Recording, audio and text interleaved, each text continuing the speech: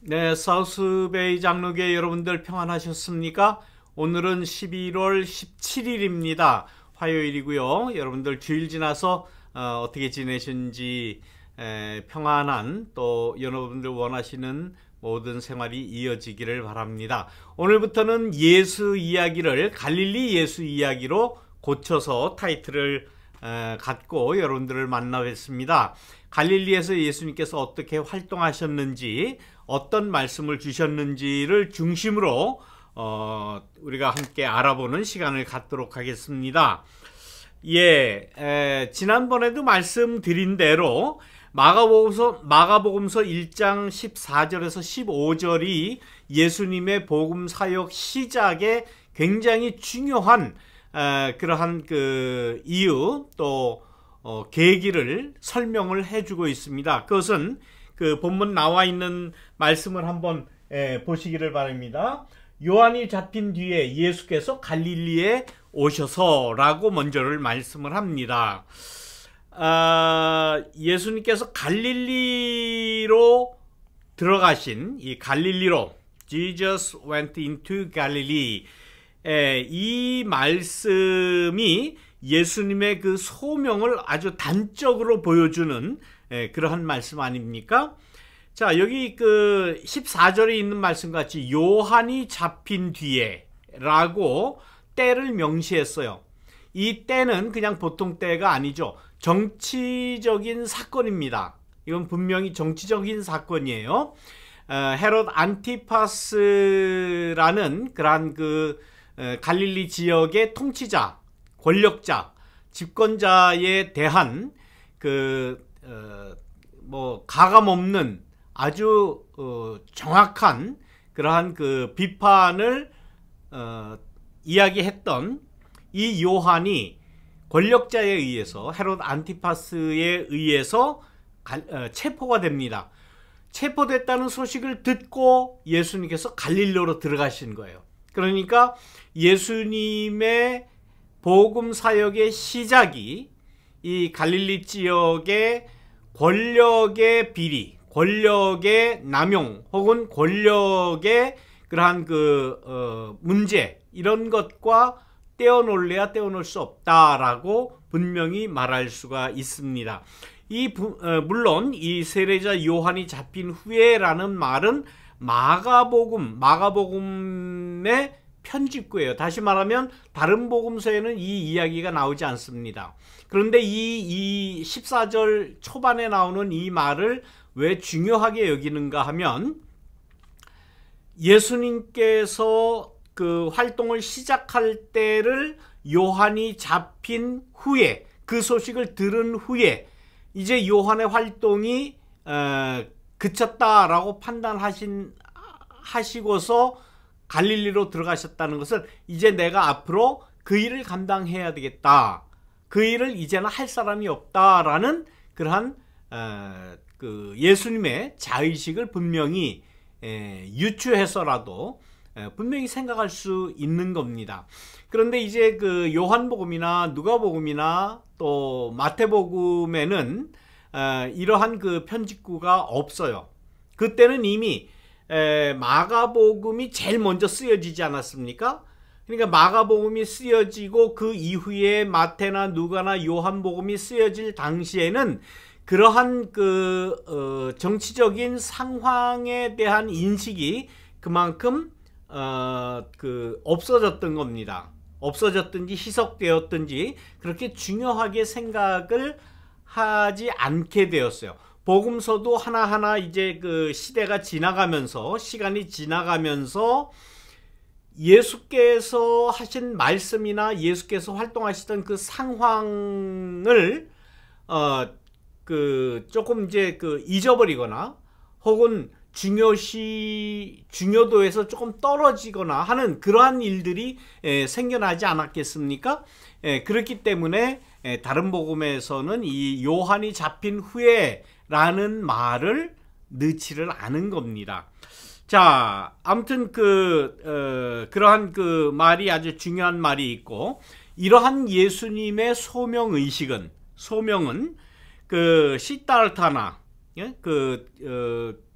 시달타 누굽니까? 그 불교의 그 석가모니죠. 시달타. 어릴 때의 이름을 시다르타라고 이야기하는데, 이 시다르타나 공자나 뭐 소위 말하는 성인이라고 하는 그러한 존재들은 뭔가 수도의 단계를 거치죠. 수도를 하고 그 도를 닦고, 그래서 어느 정도 그 수도의 경지에 올랐다. 그 후에 경지에 올랐다라는 것을 자각한 이후에 그 말하자면 이제 공생활을 또 뭐 가르침이나 뭐 이런 것을 시작을 하지 않습니까? 그런데 예수님의 경우는 뭐 꼭 시달타나 공자를 뭐 비교하려고 해서 뭐 같은 선상에 놓고 비교하는 그런 의미는 아닙니다. 그 시작점의 상황이 틀렸다는 거예요. 그 복음의 말씀을 전파하실 그때의 상황과 연결이 되는 그러한 말씀이기 때문에 이런 말씀을 드리는 겁니다. 수도의 단계, 뭐 도를 닦는 단계, 기도를 마치는 뭐 이러한 것이 아니라 예수님의 공생활의 시작은 철저하게 정치적인 사건을 계기로 그 첫 출발을 삼았다라는 데에 아주 특이점이 있어요. 이는 갈릴리에서의 이제 갈릴리에 Jesus went into Galilee 그렇게 얘기했지 않습니까? 예수께서 갈릴리로 들어가셨다. 갈릴리로 들어가셨다. 이 갈릴리를 강조를 해요. 뭐 예루살렘 전체를 예루살렘이라기보다는 이스라엘 전체를 위해서 뭐 활동을 하신다 그러면은 뭐 예루살렘으로 가실 것 아닙니까? 거기가 제일 큰 도시고 또 뭐 성전도 있고 종교의 중심이고 정치의 중심이고 상업의 중심이고 모든 것의 중심지로 들어가서 전도하고 설파하는 것이 가장 효과적인데 예수님은 그렇게 안 하셨다는 거잖아요, 지금. 그래서 갈릴리라고 하는 이 그 지역을 분명히 명시를 합니다. 그래서 이 갈릴리에서 활동하셨다는 것은 자신의 그 소명, 예수님의 소명이 어떤 소명인가, 갈릴리가 어떤 지역이었기에, 그 갈릴리의 민중들이 어떤 사람들이었기에 이렇게 예수님께서 갈릴리를 그 지칭하시고 거기에서 복음을 전하셨을까? 그것이 이 예수님의 복음을 이해하는데 굉장히 중요한, 아주 중요한 그러한 문제이기 때문에 이 마가복음에는 갈릴리를 명시를 합니다. 정치적인 사건이 있은 후에, 요한이 잡힌 후에 어디로? 갈릴리로 들어가셨다라고 이야기를 합니다. 우리가 뭐 다 아는 내용입니다만은 다시 한번 복습을 하는 의미에서 다시 한번 말씀을 드립니다. 이 갈릴리라는 지역은 세례 요한을 체포한 장본인인 헤롯 안티파스,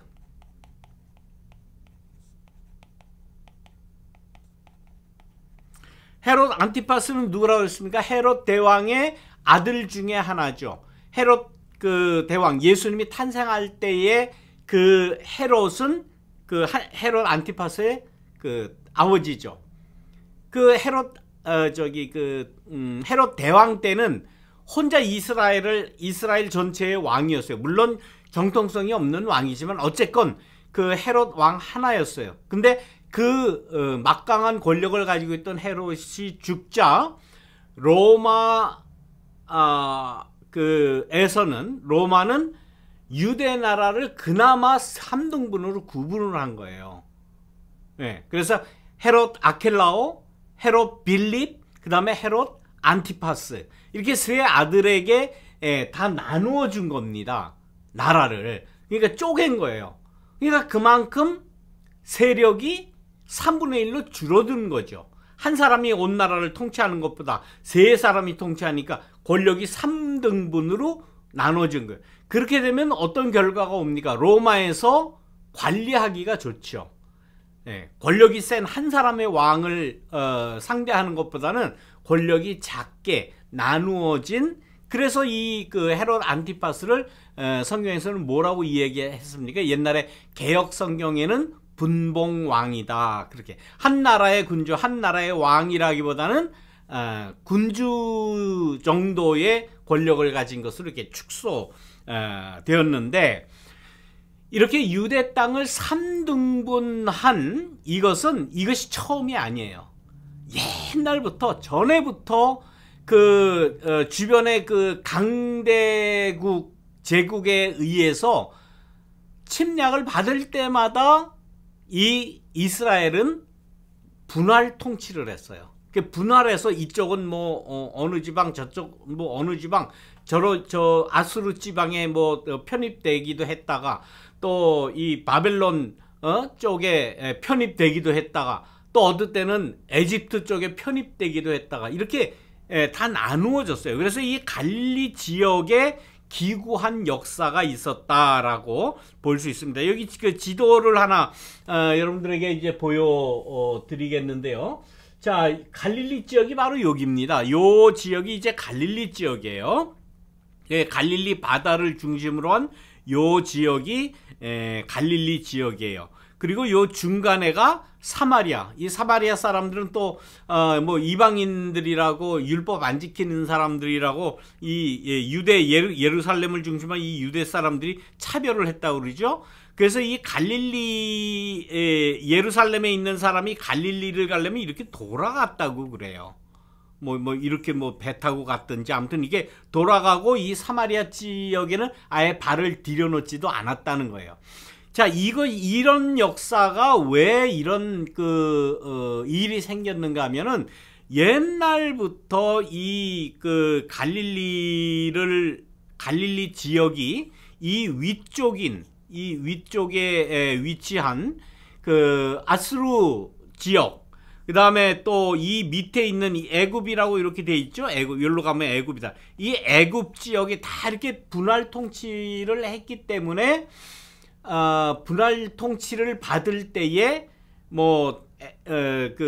프톨레메 왕조에게 붙었을 때, 또 이 아수르에 붙었을 때에 이쪽 그 지방 사람들하고 결혼 관계를 맺었어요. 그래서 이렇게 흩어졌다라고 이야기합니다.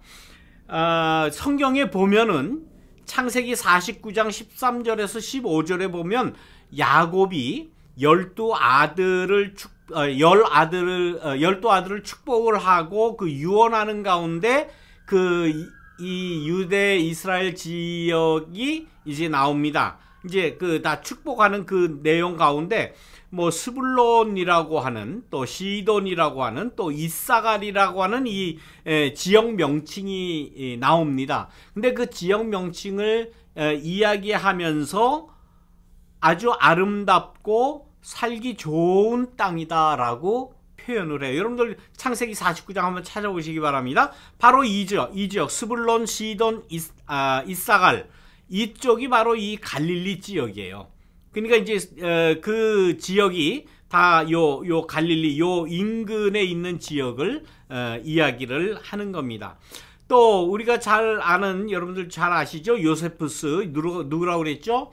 예수님 당시에 역사가라고 그랬죠. 역사가의 표현에 의하면 이 갈릴리 지방 전체가 아주 비옥하고 푸른 정원 같다. 비옥해요. 그래서 이스라엘에 소비되는 모든 그러한 먹거리들, 또 곡식들, 또 야채나 혹은 열매나 이런 것들 대부분 다 이 갈릴리 지방에서 소출이 되는 그러한 것입니다. 그래서 제일 처음에는 야곱의 유언 가운데 나오는 그러한 아름답고 살기 좋은 땅으로 표현되었기 때문에 조상 때부터 이 갈릴리 지역도 이스라엘의 지역이라는 것이죠. 지금 그거를 말씀드리려고 합니다. 자, 사사기 1장 27절에서 29절 말씀을 보면은 여기에 어떤 말씀이 있는가 하면, 이 사사기 판관기라고 이야기하는데 영어로는 저지라고 그러죠. 이 사사 시대에 아직 왕조가 형성이 되기 전에 사사라고 하는 사람들이 있었죠. 그 사사는 그 지역의 대표되는 그러한 사람이에요. 때로는 뭐 전쟁이 일어나면 나와서 전쟁도 치르고 또 행정적인 그러한 그 리더십도 발휘하고 뭐 했던 그러한 그 사사 시대가 있는데, 이 사사 시대 조금 전에 애굽에서 출애굽한 이 핫비루들이 땅을 나누죠. 그 얘기가 이제 이 사사기에 나오는 이야기인데, 오늘은 시간이 다 가서 다음 시간에 계속 이어서 말씀드리도록 하겠습니다. 자, 여러분들 예수님이 갈릴리로 가신 이유 다시 한번 잘 깊이 기억하시기 바랍니다. 다음 시간 만날 때까지 여러분들 평안히 계시기를 바랍니다. 여러분들 안녕.